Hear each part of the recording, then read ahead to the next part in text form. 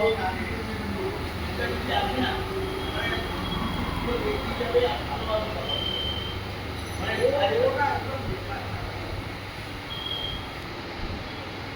কই রাত্রেবেলা চলে আসছিল কই বেলা কিন্তু পরশু রাত্রির থেকে তো আসতেই হবে আর ম্যাডাম গেলে পয়সা পেলেই যাবে একবার চলে আসলে আবার মাথা খারাপ করে দেবে পতাকা লাগা